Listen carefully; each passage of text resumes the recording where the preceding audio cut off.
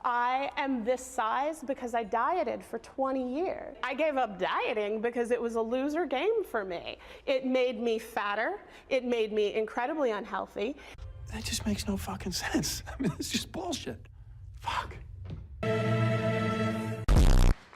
I'm here today to talk to you about a very powerful little word, one that people will do almost anything to avoid becoming. I'm not sure if any of you have noticed, but I'm fat.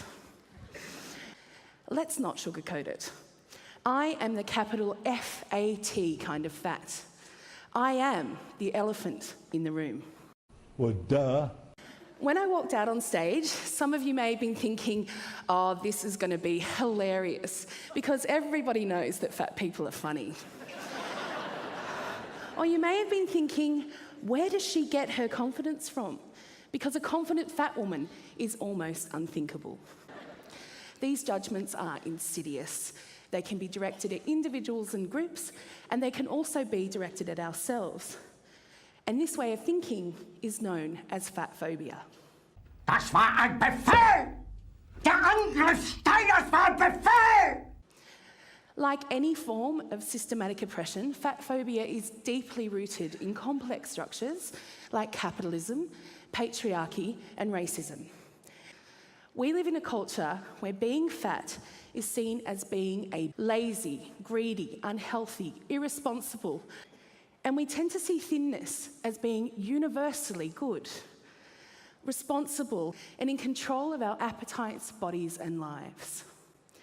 We see these ideas again and again in the media, in public health policy, doctors' offices, in everyday conversations, and in our own attitudes. This anti-fat bias has become so integral, so ingrained to how we value ourselves and each other, that we rarely question why we have such contempt for people of size. And do we really want to live in a society where people are denied their basic humanity if they don't subscribe to some arbitrary form of acceptable? The real elephant in the room here is fat phobia. We can shift society's reluctance to embrace diversity and start to celebrate the myriad of ways there are to have a body. I think one of the prevailing things that are happening here is that what I'm hearing is this intense sort of discussion around self-hatred and when you're in a bigger body. And I wanted to ask people, like down the front there, you who's 20, is your life better? Are you happier? Is everything better now that you're slightly smaller than you were before? I mean, I think one of the things let's get an answer to the question. Are you? Absolutely. And I'm not a little bit smaller, I'm a lot smaller. And I did do research into everything. I can still have kids, and that may not have happened if I had stayed the size I was. Like, my question to you is, can you honestly say that you are 100% happy and healthy? Like, you have no medical conditions whatsoever, you have no problems at all with your health at your weight as compared to... Can we have an answer? No. The question's been asked. What's the answer? I think it's really interesting that I feel like I need to justify my existence in this room. No, but hang on a minute. You asked her to justify her decision. I asked her if she was happy. I didn't ask her to justify what her health issues now, or if there is any. But have you got any health issues? No, I'm perfectly happy. I'd love to know, like, what do you see as healthy with eating? Yeah, it's interesting that you've just assumed that I eat bad food because of my size. I'd love to know, because if you're really healthy, do you have any joint issues, or so you're completely... I swim 2.5 kilometres a day. I walk, I exercise all the time. I am in a synchronised swimming team, and I really resent the fact that I have to actually justify my existence and my ability to live in the world in a bigger body in a way that I'm happy with. But we're all talking about health tonight. I mean, the whole show is about weight and health. No, so it's not an unreasonable... About is surgery, and we haven't actually talked about the possibility that you can actually live in your life. No, but we have. This body. We have talked about that. But all I'm saying is that a question to anyone about what they eat in the context of this program, anyone in this room, is perfectly reasonable, I think. But it's interesting that they've only been directed at fat people. No, it's not about being fat or not being fat. It's about what everybody eats. Well, it's about what everybody eats and what health is. What health you're conflating I'm not conflating anything. I'm saying I think it's perfectly reasonable in the context of a discussion where you've got research that suggests that people who are overweight and people who are obese can be more prone to particular health problems, I think it's quite reasonable. Hi, I'm Connie Britton, and after years of being asked about my healthy, shiny hair, I am thrilled to share my beauty secret with you. It's feminism.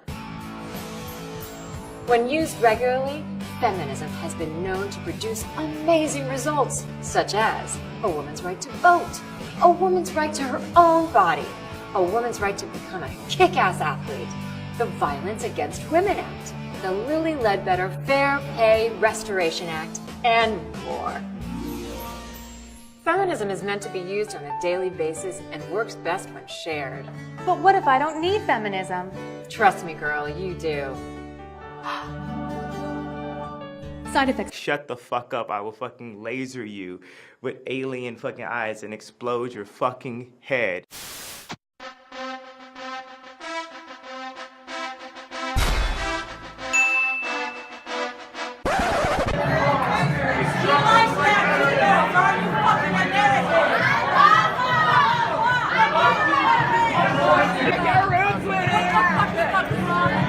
Keep your fucking mouth shut!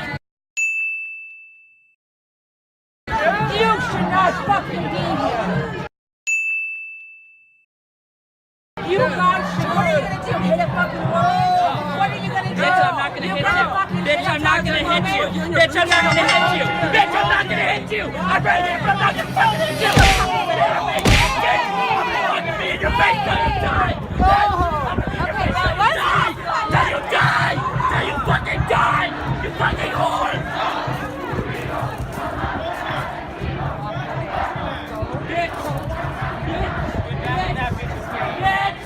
Bitch, I'm gonna be in your face till you die, bitch! Till you die, bitch! I'm gonna be here till you die, bitch! Till you die! Till you fucking die! Watch me, bitch! Watch me, bitch! Watch me! Watch me! Watch me! Watch me! Watch me, bitch! Hey! Go your separate ways! Go your separate ways! Get the fuck! Go, bitch! Hey! Go fucking bitch! Watch me, bitch! Go your separate ways! Back up! Get back! Everybody calm down. Thank you.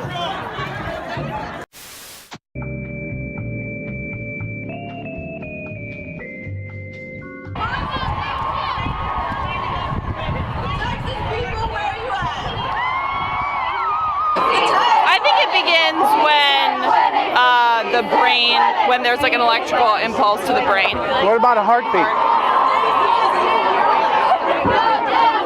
No. I think when the heartbeat sends the electrical impulse to the brain. The heartbeat is not life. Not in my opinion. As long as it's still a fetus. But when does it stop being a fetus? When it's born. When does life begin? It begins when a woman decides she's gonna go for it, because her life is on the line doing it.